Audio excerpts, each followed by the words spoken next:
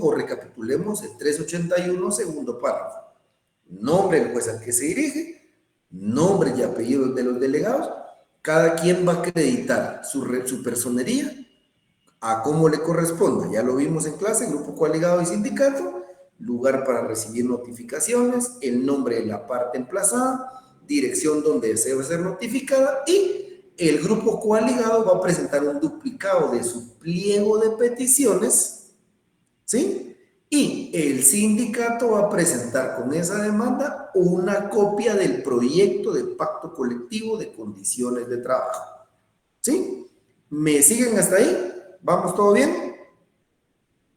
Bueno. Sí, licenciado, gracias. Ahora, adelante, mi estimada Vivian. Gracias, Rick. Buenas tardes. Con una consulta. ¿Este proceso solamente tendrían derecho las personas si fuera en una institución pública, las personas que tengan renglón presupuestario que esté en dependencia de la institución o cualquier renglón?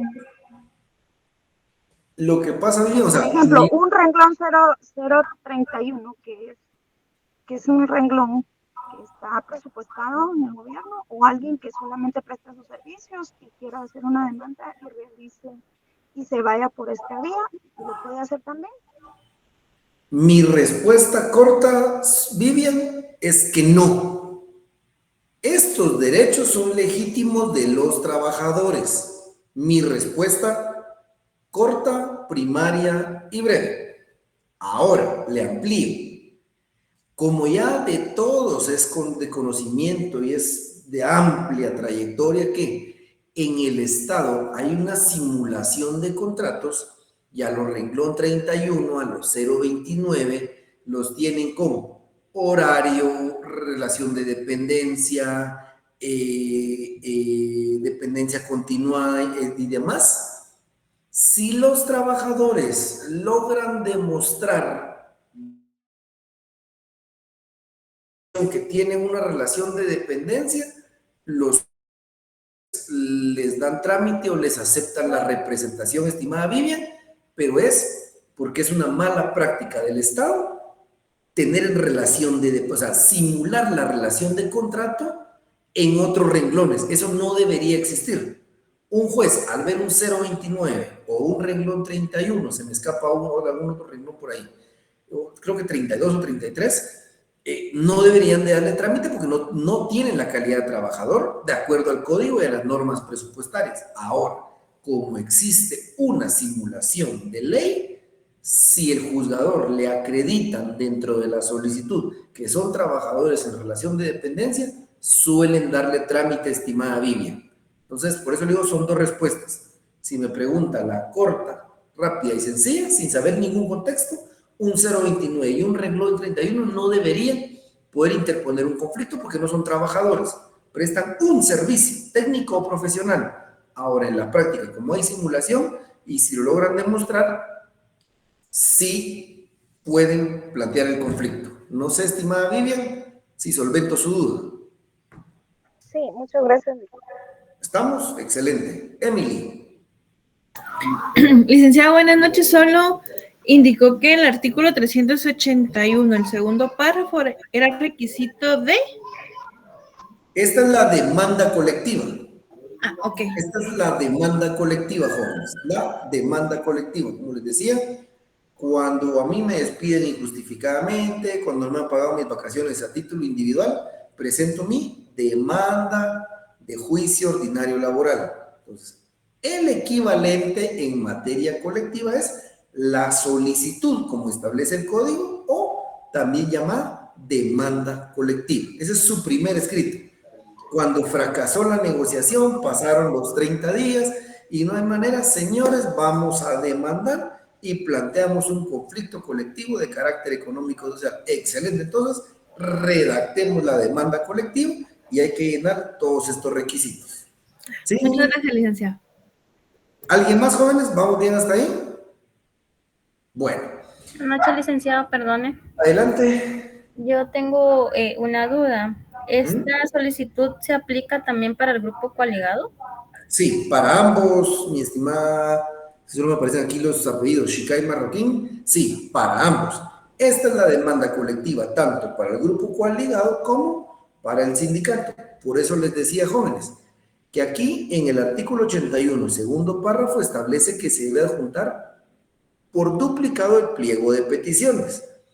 Y por eso hacíamos referencia al artículo 378, último párrafo, en donde nos establece, segundo párrafo, perdón, el último extracto. Vencido el término previsto en dicha disposición, se procederá conforme lo dispuesto en este capítulo, lo que sea aplicable. Es decir, la demanda colectiva para el grupo coaligado y para el sindicato es la misma. La única diferencia es que el grupo coaligado va a adjuntar un duplicado de el pliego de peticiones y el sindicato va a adjuntar una copia del proyecto del pacto colectivo de condiciones de trabajo, pero es para ambas. ¿Estamos ahí? Sí, licenciado, muchas gracias. Excelente. Me dicen si hay otra duda, jóvenes. Bueno, entonces como ya sabemos que el código está desordenado, ahora vámonos al primer artículo, el primer párrafo del artículo 381, ¿sí? Vámonos al primer párrafo del artículo 381 y nos establece que debe contener un pliego de peticiones. Establece el primer párrafo del artículo 381. El pliego de peticiones ha de exponer claramente en qué consisten estas. Es decir, pliego de peticiones. Estimado patrono, derivado de las condiciones de trabajo, que son un poco complicadas por la lejanía del lugar, por los horarios del transporte público, solicitamos un 10% de aumento de salario concreto.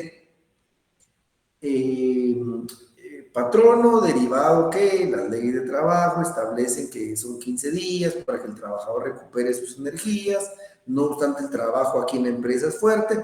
Solicitamos que esos 15 días se amplíen a 17 días hábiles de vacaciones anuales. Propuestas claras, ¿sí? ¿En qué consiste mi petición? Como grupo de trabajadores, ¿qué queremos del patrono? Sigamos.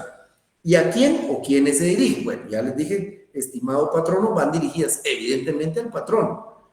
¿Cuáles son las quejas? O si por el contrario, supongamos, yo les decía que el arreglo directo, los grupos coaligados a veces se forman por discrepancias pequeñas.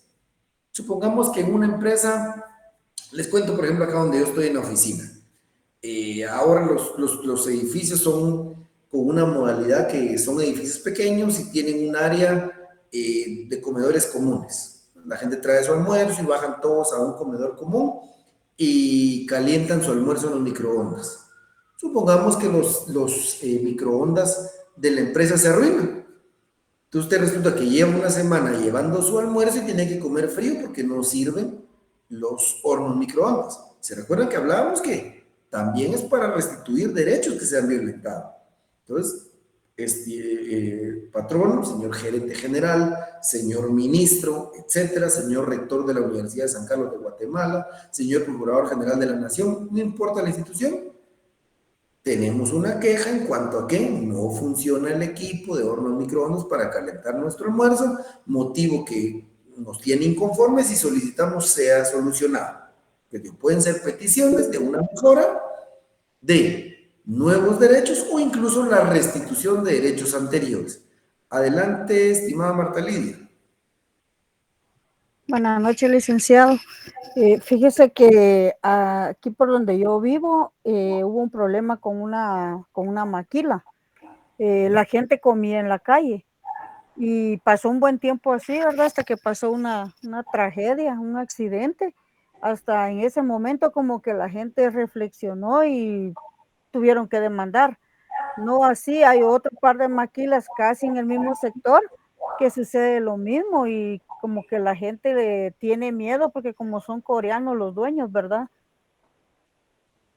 Sí, en este caso, mi estimada Marta, lo que les digo, trato de dar las respuestas rápidas porque cada caso concreto tiene un trasfondo. digamos, si hay normas de seguridad que se han violentado, se recuerdan que yo en algún momento usé el ejemplo del COVID. Puede ser que antes no era necesario ni mascarillas ni distanciamiento, pero a raíz del COVID, y si el patrono no tomaba las medidas, patrono, necesitamos mascarillas.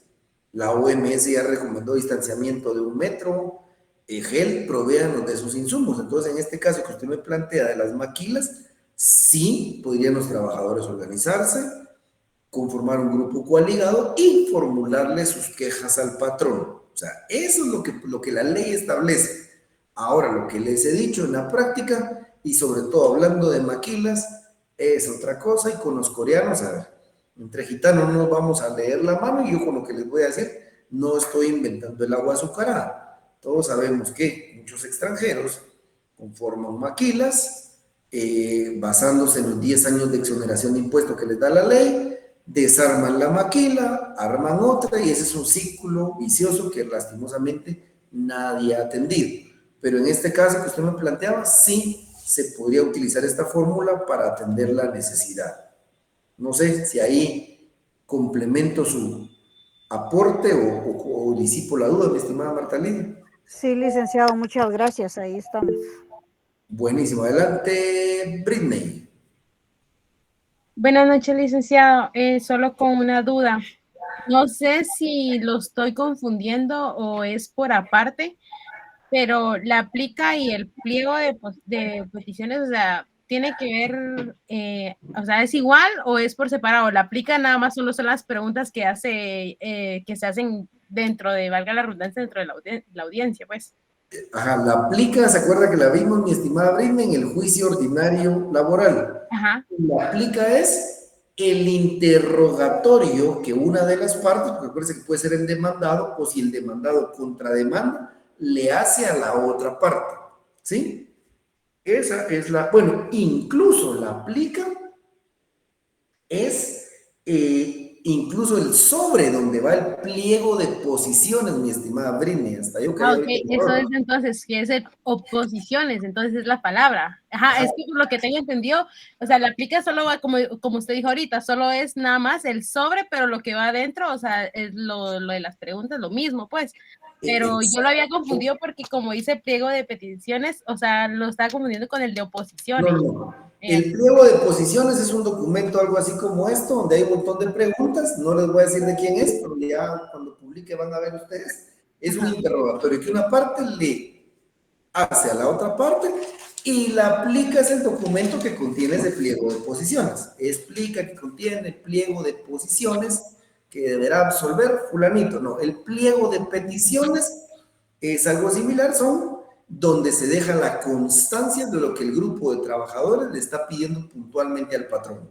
Queremos aumento de salario, estamos enojados porque nos quitaron los microondas, etcétera.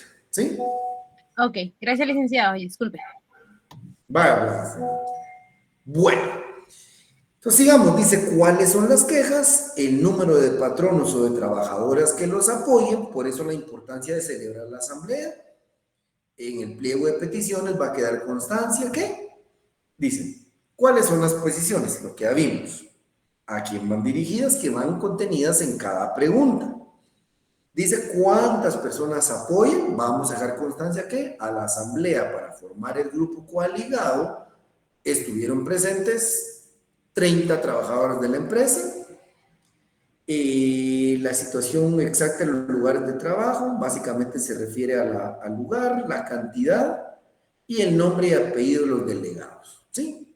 O sea, es sencillo. ¿Qué requisitos lleva el pliego de peticiones? Están en el artículo 381, primer párrafo, que les recuerdo, el derecho de trabajo es poco formalista, ¿sí? Para que de repente ahorita no se me digan, pero ¿en qué orden va? Como dijo el ICE, el memorial, yo me perdí, ¿quién me orienta? No, lo que necesitamos es manejar nuestros códigos, ¿sí?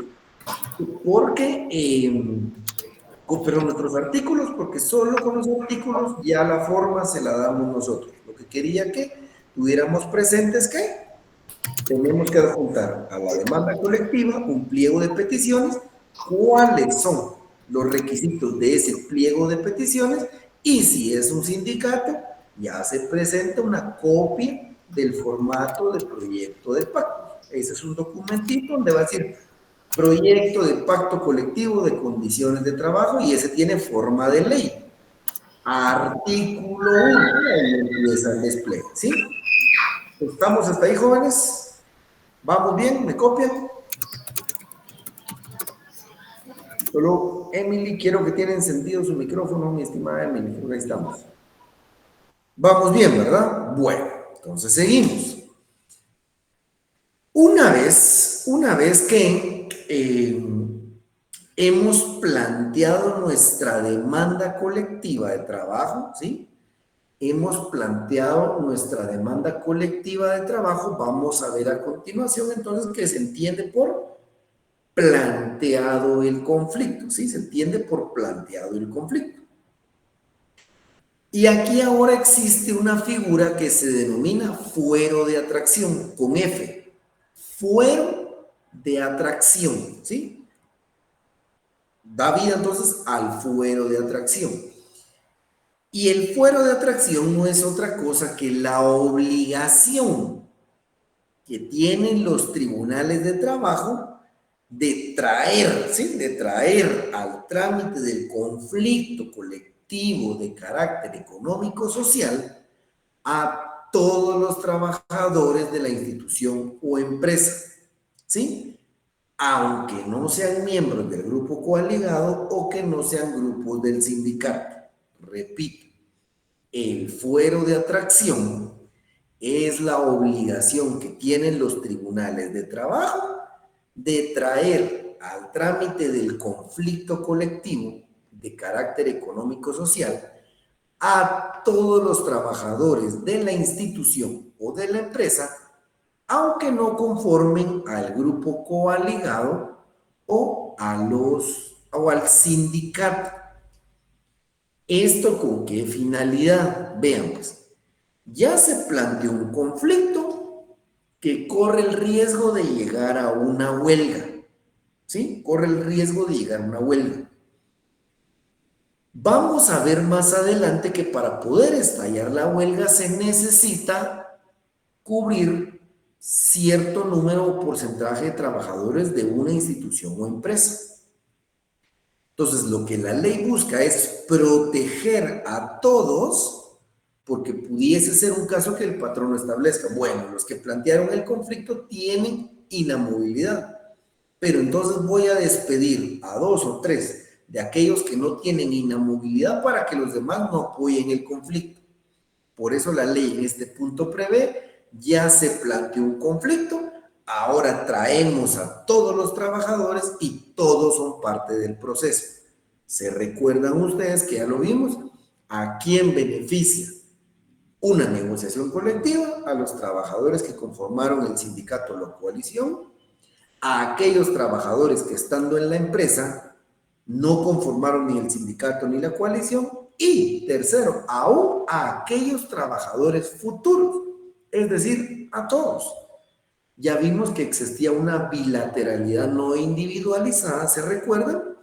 Y una representación indeterminada. Los principios que vimos en los que establecimos que al final toda la empresa se termina involucrando a través de sus respectivos delegados. Entonces, de esa cuenta nos vamos al artículo 379.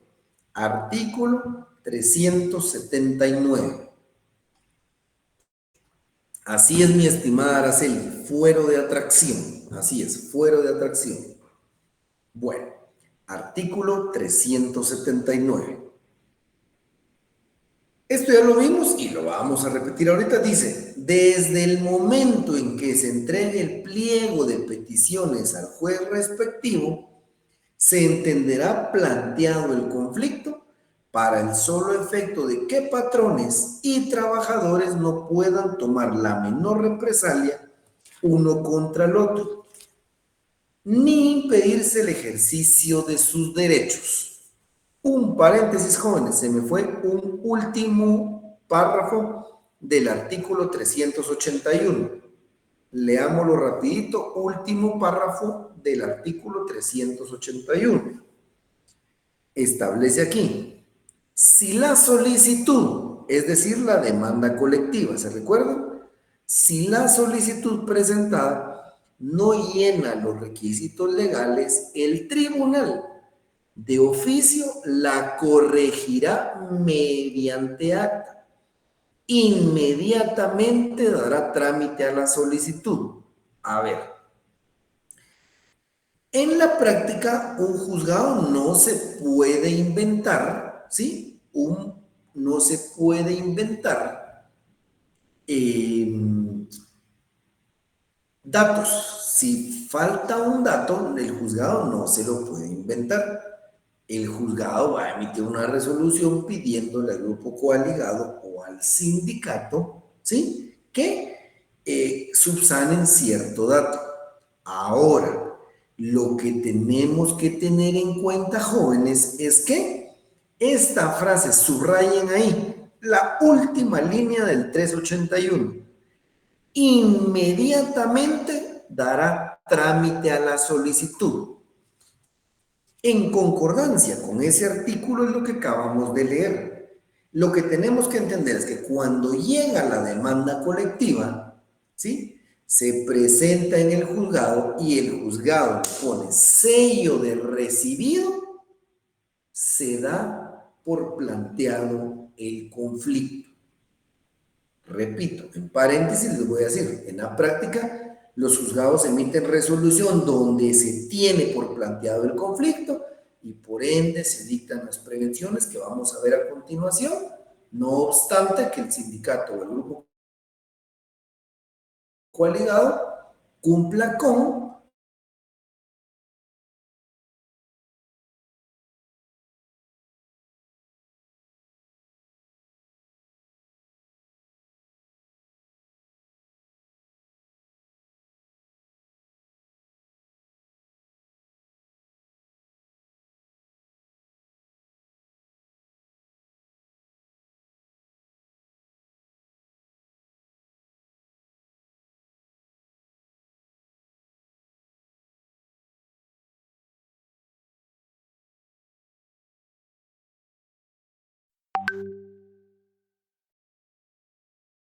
los 3 o 9 integrantes del comité ejecutivo. A partir de este momento, todos los trabajadores son parte del conflicto y por eso los protege. Bueno, vamos ahora al artículo 380. Adelante, Jessica. Licenciado, una consultita. ¿El 379 sería entonces el fuero de atracción? Eso medio comprendí. Sí, porque si se da cuenta, dice, desde el momento en que se entregue el pliego de peticiones al juez respectivo, se entenderá planteado el conflicto para el solo efecto de que patrones y trabajadores, ahí no le dice, y comité ad hoc, y representantes y trabajadores, ¿sí?, no puedan tomar la menor represalia el uno contra el otro, ¿sí? Sí, licenciado, gracias. Pregunta María Mercedes, aunque tengan que subsanar algo, por eso es lo que le digo a María Mercedes. Si revisamos el último párrafo, el 381, dice, si la solicitud presentada no llena los requisitos legales, el tribunal de oficio la corregirá mediante acta. O sea, lo que quiero que entiendan es que la ley, el espíritu es que desde el momento que se plantea el escrito, los trabajadores estén protegidos. Entonces, en la práctica, el juzgado no se puede inventar datos que hagan falta. Entonces, desde ese momento, lo que el juzgado hace es una resolución en dos sentidos. Se entiende por planteado el conflicto y le pide a los trabajadores que completen ciertos requisitos. Pero el conflicto, desde el momento en que se planteó, se presentó el escrito, se tiene por planteado. ¿Sí? Bueno, vámonos al artículo 380. Establece: a partir del momento que se refiere al artículo anterior, es decir, desde el momento que se entrega el pliego de peticiones. 380. A partir del momento que se refiere al artículo anterior, toda terminación, otra vez fuero de atracción, todos los trabajadores, no solo el comité ad hoc, no solo los representantes del sindicato, o no solo los que conformaron la coalición, o no solo los integrantes del sindicato, no.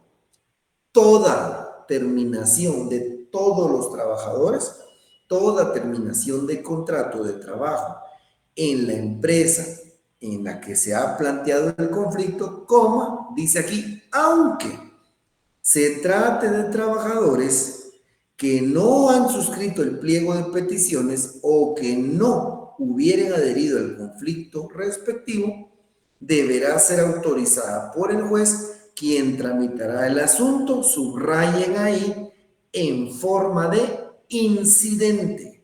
¿Sí? Tramitará el asunto en forma de incidente y sin que la resolución definitiva que se dicte prejuzgue sobre la justicia o la injusticia del despido. Entonces, a ver pues jóvenes, hoy 18 de septiembre, yo, Fernando Chacón, soy el patrono, plantean un conflicto colectivo de carácter económico-social y el juzgado me notifica. A partir de este momento se entiende por planteado el conflicto. Pero mañana, 19 de septiembre, el trabajador que siempre viene tarde vuelve a venir tarde. Siempre ha venido tarde, ya lleva días viniendo tarde, lo he estado documentando, y mañana, que ya se enteró que hoy se notificó un conflicto, mañana él entra a las 8, no viene a las 8, sino que viene a las 8:15. El viernes 8:30, pues yo como patrono digo, no puedo tener un trabajador que me está robando 15 o 30 minutos de lo que le estoy pagando. Entonces, como patrono lo puedo despedir porque hay un emplazamiento ahorita. En primer término, no. Lo puedo despedir si el juez me autoriza, si el juez me da permiso. ¿Y cómo le planteo ese permiso al juez? Por medio de un incidente. ¿Sí? Por medio de un incidente. Y como el Código de Trabajo no establece un trámite por los de incidental, ¿qué tenemos que aplicar? Procesal civil y mercantil, supletoriamente. No. La ley del organismo judicial. La ley del organismo judicial. Entonces, como aquí lo que quiero probar es un hecho, ¿sí? No es ley, sino un hecho, entonces aplico el trámite de los incidentes de hecho. Entonces voy a hacer un escrito, incidente de autorización de despido, y entonces ya le planteo al juez en un memorial, señor juez de primera instancia de trabajo y previsión social, ante el juez que lleva el conflicto, evidentemente. Planteo mi incidente de solicitud de despido ante el juez que lleva el conflicto colectivo, y en ese le hago ver, solicito su autorización para despedir a Britney. ¿Sí? Esta empleada ha venido tarde ya en 2 semanas, ahora lleva 2 días más, aquí están las actas de personal, aquí están el marcaje, la estoy despidiendo no en represalia del conflicto, sino que la estoy despidiendo por otra causa. Entonces dice, y sin el último apartado del 380, primer párrafo, y sin que la resolución definitiva que se dicte prejuzgue sobre la justicia o la injusticia del despido. ¿Qué quiere decir eso? Que cuando el juez que lleva el conflicto lea el memorial, él va a establecer a su juicio, bueno, se ve que aquí es un problema, no una represalia del conflicto, sino que se ve que es por otro tema. Y además, son 3,000 empleados en el ministerio, están despidiendo solo a una, eso no merma el movimiento de los trabajadores. Está bien, como juez le doy permiso a que la despida. Eso sí, establece aquí, sin que la resolución definitiva que se dicte prejuzgue sobre la justicia o la injusticia del despido. Es decir, el juez en ese momento solo considera que no es por represalia, no entra a conocer el fondo. Si a ella la despiden, ella tiene todo el derecho ahora de plantear su juicio ordinario laboral por despido injustificado. ¿Sí? ¿Me siguen hasta ahí todos? Perdón, Lick. Buenas noches. Gabriel. Ahí no se plantea la reinstalación todavía, es hasta cuando ya está resuelto el conflicto, por ejemplo. No, a partir de ese momento, como lo vamos a ver en el siguiente párrafo, a partir del momento que usted como trabajador le dice está despedido, en ese momento usted tiene la posibilidad de plantear su denuncia de reinstalación. Desde el momento, si a usted le dicen hoy 18 de septiembre de 2024 a las 3:30 de la tarde, cuando usted va a marcar salida, está despedido, usted desde el día de mañana, 19 de septiembre, cuando abran los juzgados, usted puede ir a plantear su denuncia de reinstalación. Gracias, Lick. De efectos inmediatos, mi estimado Gabriel. Por eso digo, no confundamos que si juzga o prejuzga sobre el despido, porque eso ya se va a otra vía, juicio ordinario laboral, fuera del conflicto colectivo. Adelante, Luis Obed. ¿Qué tal, licenciado? ¿Qué tal, compañero? Solo con una consultita. Esto quería decir que hasta cierto punto el patrono tendría que tener documentado para presentar el incidente. O sea, tendría que tener todas las cartas, tendría que tener todas las pruebas previas para poder despedirlo. Si no fuera así, no sería procedente entonces.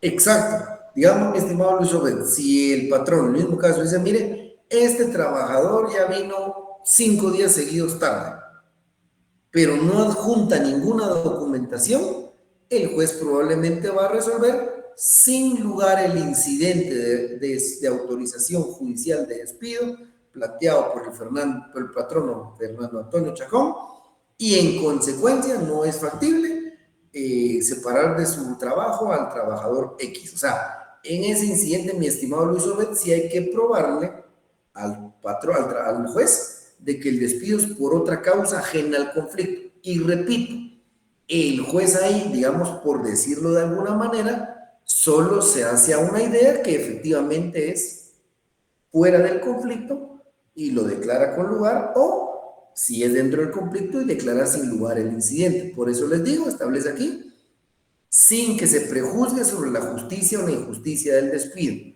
Ya después tendría que ir el trabajador al juicio ordinario laboral, y ahí sí un juez de trabajo ya va a entrar a analizar minuciosamente las pruebas para determinar si fue un despido con justa causa o no. ¿Estamos ahí, mi estimado Luis Obed? Sí, gracias, Lick. ¿Alguien más había levantado la mano, jóvenes? Emily, adelante. Licenciado, pero me confundí un poquito con lo que dijo. Digamos, si el juez autoriza, lo puede despedir, pero de igual manera el empleado puede hacer la demanda. Puede ir a demandar en juicio ordinario laboral, exacto. Ah, ya. O sea, Aunque... lo que digamos, el trabajador ya no tiene derecho ahí es a pedir su reinstalación, ya no. Esa la pierde si el juez le da permiso al patrón para despedir. Ahora sería el juicio ordinario laboral, ya fuera del conflicto, a aplicar las reglas que vimos hace un semestre para tratar de demostrar que fue un despido injustificado. Ah, bueno, sí, también, como ya el juez lo ordenó, ya pierde la destitución, porque está como avalado que sí lo despidieron por... Exacto. El juez le dice al patrono, le doy permiso de despedir. Y con eso el trabajador pierde su derecho de reinstalación. Ya no puede pedir la reinstalación, sino que se va a otra vía, juicio ordinario laboral. Gracias, licenciado. Adelante, estimada Zaida. Buenas tardes, licenciado. Una consulta. ¿Puede interponer la demanda al trabajador aunque no haya presentado ninguna justificación alguna de sus faltas?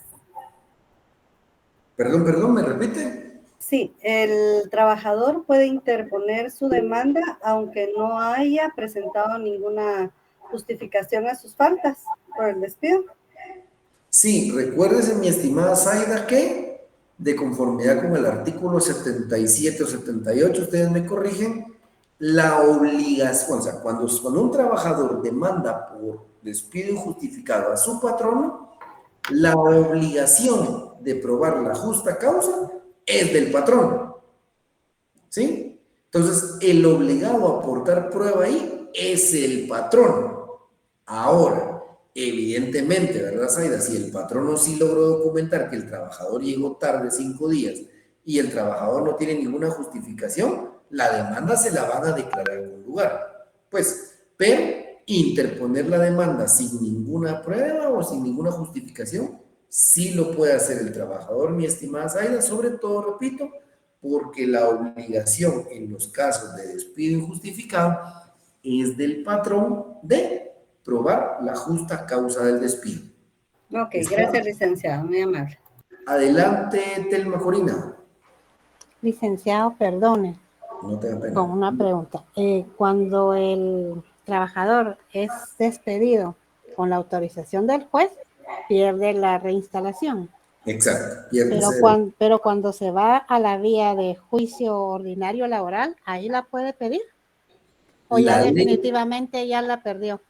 La ley no lo contempla, mi estimada Telma Corina. O sea, la ley no contempla que exista un derecho de reinstalación. Al día de hoy, si vemos el artículo 77 y 78, solo establece que si el despido fue sin justa causa, el patrono debe pagarle su indemnización y 12 meses de salario por daños y perjuicios. En el tema ordinario, mi estimada Telma Corina, la ley no contempla reinstalación, lo cual me parece una injusticia para el trabajador, pero les repito, tampoco nos impide como abogados intentarla con base a los principios, leyes y derechos del trabajo. Pero puntualmente, mi estimada Telma Corina, la ley no establece y no regula que el trabajador pueda pedir reinstalación. Ok, gracias, licenciado. Adelante, estimado Hansi Darel. Sí, buenas noches. Dice que ahorita que usted estaba platicando eso, me surgió una duda. En clínicas nosotros vimos y analizamos un caso que nos presentó una compañera y hablaba acerca de un despido de un trabajador del 029, lo que usted hablaba de la simulación de contratos. Esta persona vinieron y la despidieron injustificadamente. Él demostró que sí tenía relación laboral. En la primera instancia le revocaron esto porque vieron pues, una demanda defectuosa. Él la vino y la puso, volvió a presentar otra vez, le volvieron a dar trámite en primera instancia y luego de esa resolución en segunda instancia, él ya pidió, el juez de segunda instancia o la sala de apelación ya pidió que reinstalaran al trabajador y le dieron sueldos caídos también. Por eso, no había ningún conflicto en la dependencia del Estado donde él trabajaba, ¿verdad? Por eso es que me llamó la atención que usted dijo que no se podía plantear reinstalación, pero a él sí se la dieron y le dieron sueldos caídos por el tiempo que él no percibió esas cuestiones. Sí, por eso les decía, mi estimado Hansen, que la ley no establece la reinstalación. Y lo que yo les decía, eso no quiere decir que ustedes como abogados no la soliciten con base a principios, derechos, leyes de trabajo. Es el caso, Hansi, de el grupo coaligado que vimos. La ley no establece que tengan inamovilidad y en muchos casos los despiden sin gozo de derecho a inamovilidad, pero algunos abogados hábiles supieron argumentar que sí les debía asistir la protección. En este caso, Hansen, lo que yo les decía, los abogados seguramente no con base en el código, por eso recuerden la importancia de los principios, lograron convencer a la sala que por qué el trabajador se iba a ir de la institución si él logró demostrar que no incurrió en ninguna causal, que él tiene su derecho constitucional al trabajo, a una remuneración, y por eso la sala le ordenó su reinstalación y mantenerse en su trabajo, ¿sí? Entonces, por eso les decía, trataba de ser puntual, en el código no está regulado el derecho de reinstalación, que no se intente es diferente. Les repito, acuérdense que son 15 juzgados de primera instancia, son 30 jueces, son 30 cabezas que interpretan el derecho y por eso tenemos ahora 7 salas de la Corte de Apelaciones de Trabajo y Previsión Social, porque todos pensamos e interpretamos derecho y de diferente manera el derecho, mi estimado Hansi, pero yo también ya he visto casos donde suelen darles la reinstalación. No es en todos, va a depender de lo que usted como abogado fundamente y del criterio del juez o de la sala, y si después se va a amparo de la Corte y apelación del amparo de la Corte de Constitucionalidad. ¿Estamos, mi estimado Hansi? Gracias, licenciado.